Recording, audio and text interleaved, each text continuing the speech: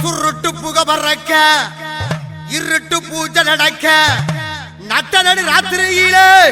நடந்து வாரா என் கருப்ப காடு மலாதுற ஏழு கடல் சிதற உரிமை சத்தம் கேட்டுக்கிட்டு உக்குரமா காவ காக்க வாரா ஆங்கார கருப்பு ஆகாச கருப்பு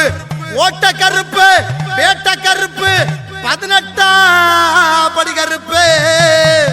எங்க வாழ்வு தரு கருப்பு நம்பி வரும் மக்களுக்கு